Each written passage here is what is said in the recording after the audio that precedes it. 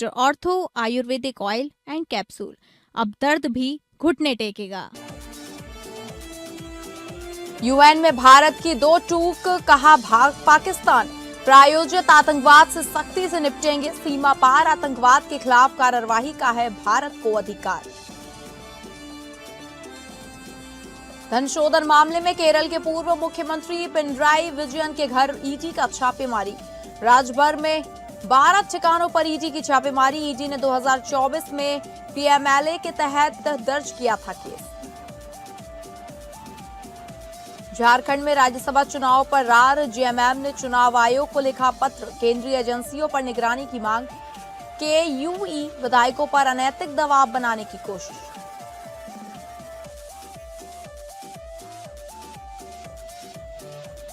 नमस्कार, आप सभी का बहुत बहुत स्वागत है और मैं हूं आपके साथ अंकिता सिंह। शुरुआत करेंगे बुलेटिन की बड़ी खबर का रुख करके, जहां यूएन में भारत की पाकिस्तान को दो चूक। यूएन में भारत की दो चूक, पाकिस्तान प्रायोजित आतंकवाद से सख्ती से निपटेंगे। जम्मू कश्मीर मुद्दे पर भी दिखाया आईना, सीमा पार आतंकवाद के खिलाफ कार्रवाई का है भारत को अधिकार। भारत सीमा पार आतंकवाद के खिलाफ मजबूती से कार्रवाई करेगा। अपनी रक्षा करने के संकल्प को दोहराते हुए भारत ने पाकिस्तान को चेतावनी दी है कि उसे आतंकवाद को प्रायोजित करने के परिणामों का सामना करना पड़ेगा। संयुक्त राष्ट्र के मंच से भारत ने पाकिस्तान से दो टूक कहा कि सभी प्रकार के आतंकवाद को समर्थन देना बंद करें। संयुक्त राष्ट्र में भारत के स्थायी प्रतिनिधि पी हरीश ने मंगलवार को सुरक्षा परिषद में कहा कि भारत को सीमा पार आतंकवाद के खिलाफ कार्रवाई करने और खुद का बचाव करने का पूरा अधिकार है। हरीश पाकिस्तान के स्थायी प्रतिनिधि आसिम इफ्तिखार अहमद के भारत विरोधी बयान का जवाब दे रहे थे। अहमद ने संयुक्त राष्ट्र चार्टर के सिद्धांतों को बनाए रखने पर बहस के दौरान यह बयान दिया था। हरीश ने अहमद के दावों पर पलटवार किया। उन्होंने कहा कि पाकिस्तान द्वारा सीमा पार आतंकवाद का उपयोग उसके खोखले बयानों को उजागर करता है। पाकिस्तान के आतंकवाद, धार्मिक उग्रवाद और भारत विरोधी बयानबाजी 1947 में अस्तित्व में आने के बाद से ही लगातार जारी है। गौरतलब है कि हरीश के बयान से पहले आसिम इफ्तिखार अहमद ने दावा किया था कि कश्मीर पर सुरक्षा परिषद के प्रस्तावों से मुद्दा हल नहीं हुआ है। उन्होंने बेशर्मी से भारत पर इसका दोषारोपण भी कर दिया। अहमद ने कहा कि लगभग 8 दशकों से जम्मू और कश्मीर विवाद अनसुलझा है और ऐसा कश्मीरी लोगों को आत्मनिर्णय का अधिकार देने वाले प्रस्तावों के बावजूद हो रहा है।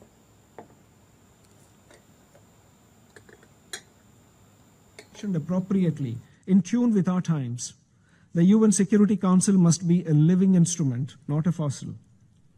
More than any other member state, the permanent members must deliberate on this matter. Mr. President, I am compelled to respond to baseless and unwarranted remarks made by Pakistan today. India would like to set the facts straight. Independent India began its life battling with cross-border aggression by Pakistan, which coveted Indian territories that had become a part of India as a result of their complete legal and irrevocable accession. Pakistan, by waging several wars and inflicting unprovoked aggression against India, and through its continued sponsorship of cross-border terrorism, has violated the principles of sovereignty and territorial integrity and peaceful coexistence. और अगली बड़ी खबर का रुख करेंगे जो केरल से है, जहां पिनराई विजयन के घर ईडी की रेड। केरल के पूर्व मुख्यमंत्री पिनराई विजयन के घर ईडी की छापेमारी, धन शोधन से जुड़ा है मामला। राज्यभर में 12 ठिकानों पर ईडी की छापेमारी। ईडी ने 2024 में पीएमएलए के तहत दर्ज किया था केस।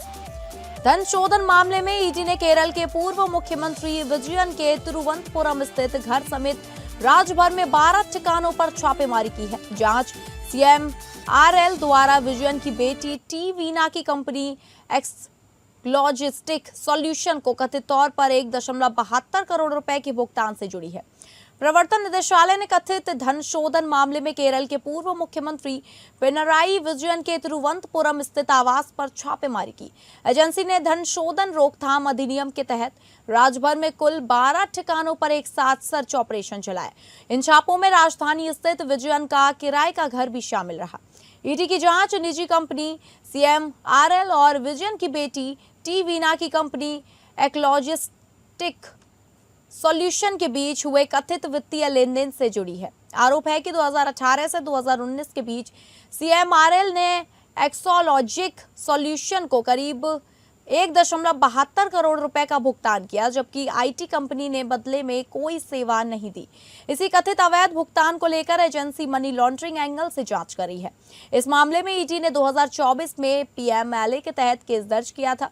मंगलवार को केरल हाईकोर्ट ने सीएमआरएल की उस याचिका को खारिज कर दिया जिसमें कंपनी ने ईडी की कार्रवाई को रद्द करने की मांग की थी। हाईकोर्ट से राहत नहीं मिलने के बाद ईडी ने आज छापेमारी की कार्रवाई तेज कर दी है।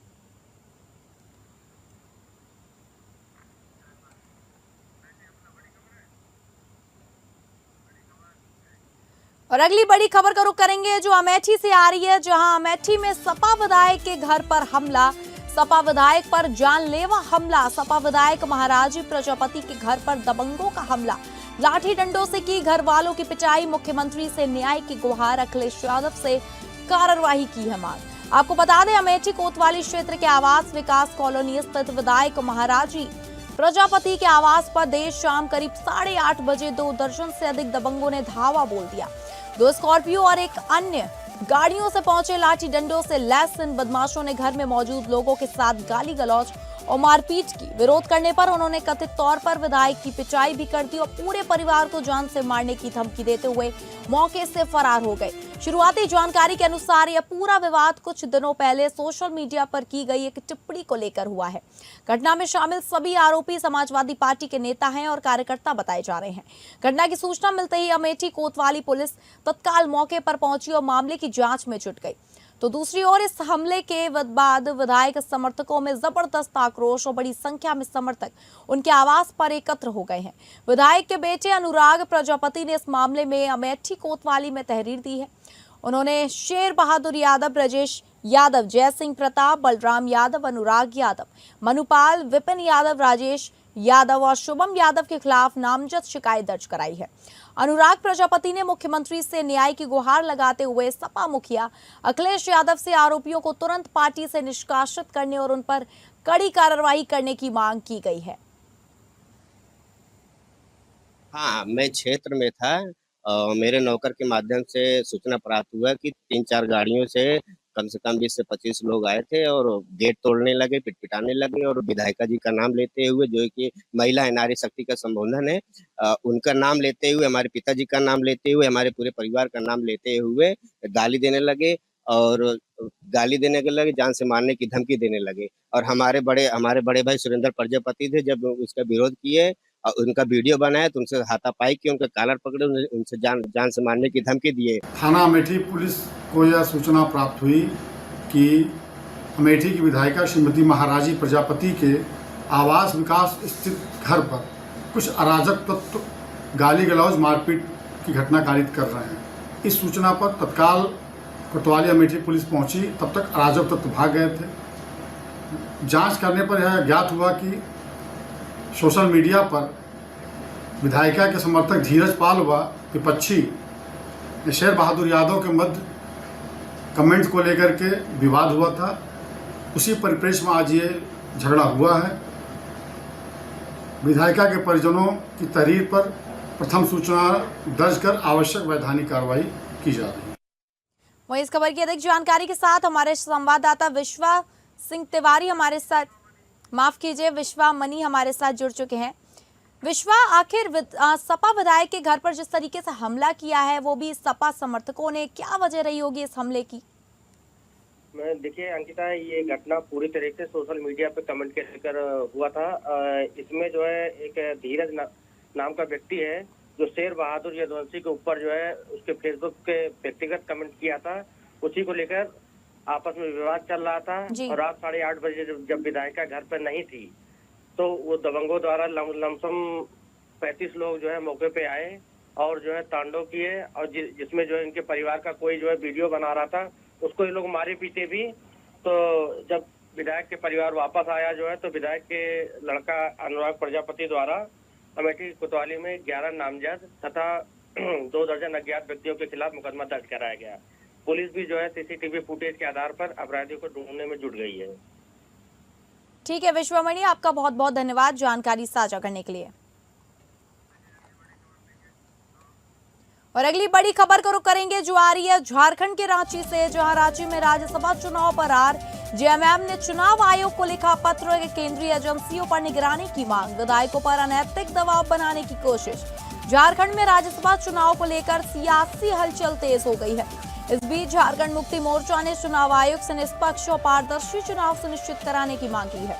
पार्टी के केंद्रीय महासचिव और प्रवक्ता सुप्रियो भट्टाचार्य ने चुनाव आयोग को पत्र भेजकर केंद्रीय एजेंसियों की निगरानी सुनिश्चित करने की अपील की है। जेएमएम की ओर से भेजे गए पत्र में कहा गया कि राज्यसभा चुनाव में संख्या बल स्पष्ट नहीं होने के बावजूद भाजपा नेताओं द्वारा उम्मीदवार उतारने को लेकर लगातार सार्वजनिक बयान दिए जा रहे हैं। पार्टी का आरोप है कि इससे राजनीतिक माहौल प्रभावित हो सकता है और विधायकों पर अनैतिक दबाव बनाने की कोशिश की जा सकती है। पत्र में यह भी आशंका जताई गई है कि चुनाव के दौरान विधायकों को आर्थिक प्रलोभन, भयादोहन और केंद्रीय एजेंसियों के जरिए प्रभावित करने का प्रयास हो सकता है। जेएमएम ने कहा कि लोकतांत्रिक प्रक्रिया की शुचिता बनाए रखने के लिए इस तरह की गतिविधियों पर सख्त निगरानी जरूरी है। पार्टी ने चुनाव आयोग से विशेष रूप से सीबीआई, ईडी, आईबी और एसीबी जैसे केंद्रीय एजेंसियों को निगरानी में रखने की मांग की है ताकि चुनाव प्रक्रिया निष्पक्ष ढंग से संपन्न हो सके।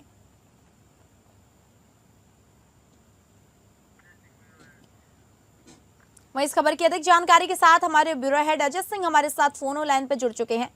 अजय, जेएमएम ने चुनाव आयोग को पत्र लिखा है, क्या क्या उस पत्र में लिखा गया है, क्या पूरा मामला है? देखिए अंकिता, ये जो 18 जून 2026 को जो राज्यसभा को जो चुनाव होने हैं झारखंड में 2 सीटों के लिए, तो ये बड़ा दिलचस्प होता जा रहा है। दोनों ही तरफ से पक्ष और विपक्ष जो है लगातार जो है बयान आ रहे हैं। क्योंकि जैसे ही ये बीजेपी की एंट्री होती है, बीजेपी एक प्रेस कॉन्फ्रेंस करती है और कहती है कि ये हम बीजेपी भी जो है राज्यसभा चुनाव में अपना उम्मीदवार देगी और उम्मीदवार ही नहीं देगी बल्कि जीत भी सुनिश्चित करेगी। तो जबकि संख्या बल कम होने के बावजूद जब ऐसा बयान बीजेपी की ओर से आता है तो जो सरकार के जो गठबंधन की सरकार है यानी तो उसमें जो है वो बेचैनी आ जाती है, खलबली आती है और ये जो है लगता है कि ये हॉर्स ट्रेडिंग होगा, मामला जो है खरीद फरोख्त का होगा। तो इसी बीच जो है वो जेएमएम के प्रवक्ता और महासचिव ने जो है उन पर एक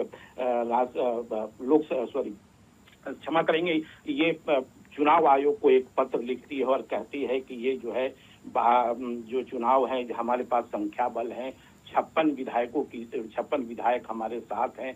इसके बावजूद चूंकि प्रथम वरीयता के लिए 28 विधायकों की जरूरत होती है, वो मेरे पास संख्या बल है 56 क्या 58 है मेरे पास, जबकि बीजेपी के पास संख्या बल कम है, उनके पास सिर्फ 24 ही हैं। अब जो है सो चुनाव में ऐसे चुनाव जब होंगे तो उसमें गड़बड़ी की आशंका होगी, जो है खरीद फरोख्त होगा और जो है उन पर विधायकों पर दबाव डाला जाएगा। इसलिए उन्होंने ये सरकार चुनाव आयोग को पत्र लिखा है कि आपकी जो केंद्रीय एजेंसी है सीबीआई, ईडी, केंद्रीय सतर्कता आयोग, राज्य खुफिया निर्देशालय, उनको आप आवश्यक सतर्कता के साथ सक्रिय तौर पर सतर्क रहने का निर्देशन प्रेषित करें, जिससे कि यहाँ जो है भय मुक्त होकर यहाँ से चुनाव संपन्न हो सके और जो है न्यायप्रिय चुनाव हो सके। जी ठीक है अजय, आपका धन्यवाद जानकारी देने के लिए। तो आपको बता दें, झारखंड मुक्ति मोर्चा ने चुनाव आयोग से निष्पक्ष और पारदर्शी चुनाव सुनिश्चित कराने की मांग की है। पार्टी के केंद्रीय महासचिव और प्रवक्ता सुप्रियो भट्टाचार्य ने चुनाव आयोग को पत्र भेजकर केंद्रीय एजेंसियों की निगरानी सुनिश्चित करने की अपील की है। अगली बड़ी खबर का रुख करेंगे जो आ रही है प्रतापगढ़ से, जहां गंगा एक्सप्रेसवे पर भीषण सड़क हादसा, खड़े ट्रैक्टर से टकराई कार, किशोरी समेत 3 महिलाओं की मौत।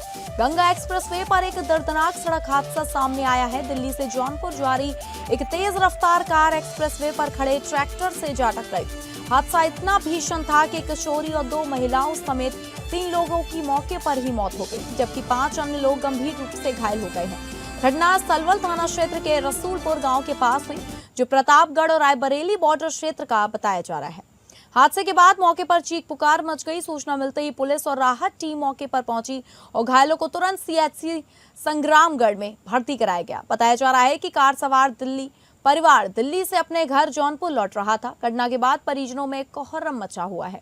वहीं सीओ सलवन भारी पुलिस बल के साथ मौके पर मौजूद हैं। पूरे मामले की जांच की जा रही है। वहीं इस खबर की अधिक जानकारी के साथ हमारे संवाददाता शिवम शुक्ला हमारे साथ जुड़ चुके हैं। शिवम, पूरा हादसा जिस तरीके से हुआ है, घायलों की स्थिति कैसी है?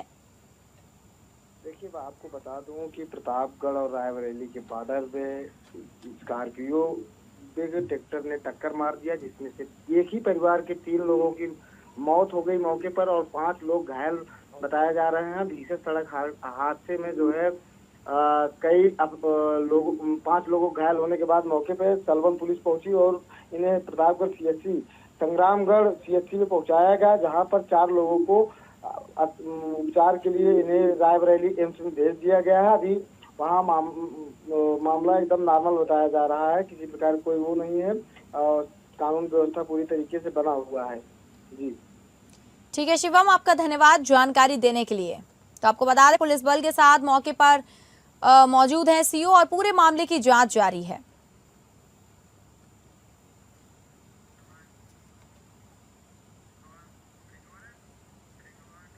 और अगली बड़ी खबर को रुख करेंगे, जो SIR की वैधता मामले में सुप्रीम कोर्ट आज सुनवाई करेगा। चुनाव आयोग की शक्तियों से जुड़ा है मसला। SIR को चुनौती देने वाली है याचिकाएं। CJI जस्टिस सूर्यकांत की अध्यक्षता वाली बेंच यह तय करेगी कि क्या चुनाव आयोग के पास वर्तमान रूप में SIR करने के लिए संविधान के अनुच्छेद 326 जनप्रतिनिधित्व अधिनियम 1950 और उसके तहत बनाए गए नियमों के मुताबिक उसके पास शक्तियां हैं या नहीं। सुप्रीम कोर्ट ECI द्वारा मतदाता सूची के SIR की वैधता को चुनौती देने वाली याचिकाओं के एक बेंच पर आज अपना फैसला सुनाएगा।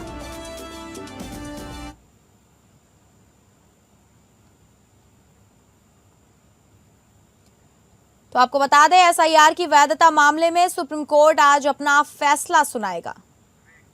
और इस खबर की अधिक जानकारी के साथ हमारे संवाददाता विवेक सिंह चंदेल हमारे साथ जुड़ चुके हैं। विवेक, आज फैसला आने वाला है सुप्रीम कोर्ट की तरफ से SIR की वैधता मामले को लेकर।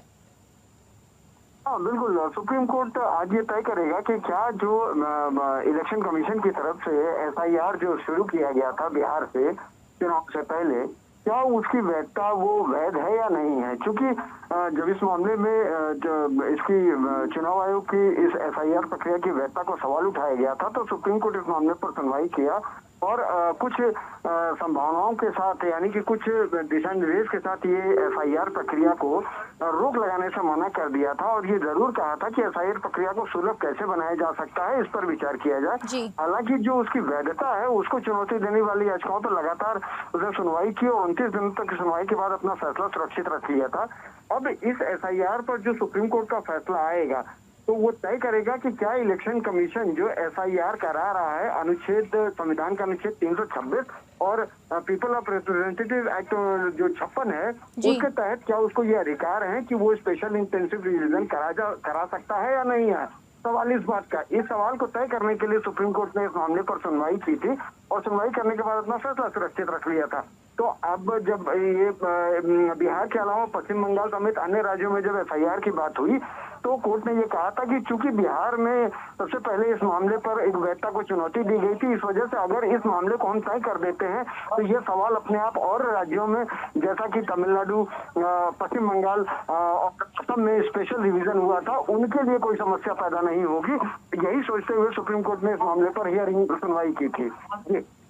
ठीक है विवेक, आपका बहुत बहुत धन्यवाद जानकारी देने के लिए।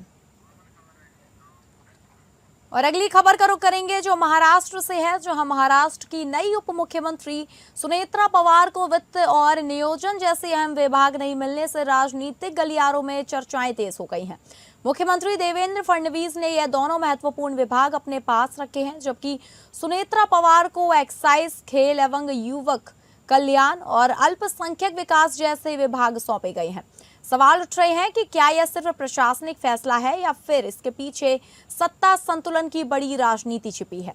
सूत्रों के मुताबिक राज्य का बजट सत्र करीब होने के वजह से सरकार फिलहाल वित्त विभाग में कोई बड़ा बदलाव नहीं चाहती। साथ ही सुनेत्रा पवार प्रशासनिक तौर पर नई है, इसलिए उन्हें शुरुआत में दूसरे विभागों की जिम्मेदारी दी गई है। विपक्ष भी इस मुद्दे को लेकर सवाल उठा रहा है। विपक्ष का कहना है कि अगर सुनेत्रा पवार को उप मुख्यमंत्री बनाया गया है तो उन्हें बड़ा और प्रभावशाली विभाग भी मिलना चाहिए। हालांकि सरकार या एनसीपी की तरफ से किसी तरह की नाराजगी की आधिकारिक पुष्टि नहीं हुई है, लेकिन राजनीतिक गलियारों में चर्चा है कि बजट सत्र के बाद मंत्रिमंडल में फेरबदल संभव है और तब विभागों में बदलाव देखने को मिल सकता है। वहीं इस खबर की अधिक जानकारी के साथ हमारे संवाददाता सर्वजीत सोनी हमारे साथ जुड़ चुके हैं फोन लाइन पे। सर्वजीत, सुनेत्रा पवार जिस तरीके से उप मुख्यमंत्री हैं, उनका पद है, तो उन्हें क्या इसके पीछे की वजह हो सकती है उन्हें जिम्मेदारी ना देने की? जिस तरह से अजित पवार के निधन के बाद उनको डेप्यूटी सीएम पद का जो है वो दिया गया था, जिसके बाद उनके पास अजित पवार के जो थे उनके पास वित्त फाइनेंस डिपार्टमेंट भी था, जो सबसे बड़ा पद माना जाता है एनसीपी का। हालांकि वो अब पद देवेंद्र फडणवीस के पास है, सीएम के पास पद है। सुनेत्रा पवार के पास सिर्फ 3 ऐसे पद दिया गया है, क्रीड़ा मंत्रालय और राज्य उत्पादन शिल्प और अल्पसंख्यक विभाग दिया गया है। हालांकि फाइनेंस मिनिस्ट्री भी उन्हें दिया जाए, ऐसी बात चर्चाएं शुरू है। हालांकि नाराजगी जताई जा रही है, ऐसा सूत्र बता रहे हैं, लेकिन एनसीपी की तरफ से पूरी मांग की जा रही है कि जो फाइनेंस मिनिस्टर का जो पद है वो उन्हें दिया जाए। फिलहाल अजित पवार के एनसीपी गठ के पास अब तक 9 बड़े बड़े मंत्रालय हैं, जिसमें 9 मंत्री उनके गठ में शामिल हैं और फाइनेंस डिपार्टमेंट की मांग की जा रही है। हालांकि इस पर चर्चाएं शुरू हैं, लगातार बैठकें भी हो रही हैं, तो देखना है कि जब बैठक होती है तो सुनेत्रा पवार की तरफ से औपचारिक रूप से क्या कहा जाता है। हालांकि बस ये सूत्र बता रहे हैं कि नाराजगी कहीं न कहीं फाइनेंस डिपार्टमेंट को लेकर जताई जा रही है। ठीक है सर्वजीत, आपका धन्यवाद जानकारी साझा करने के लिए।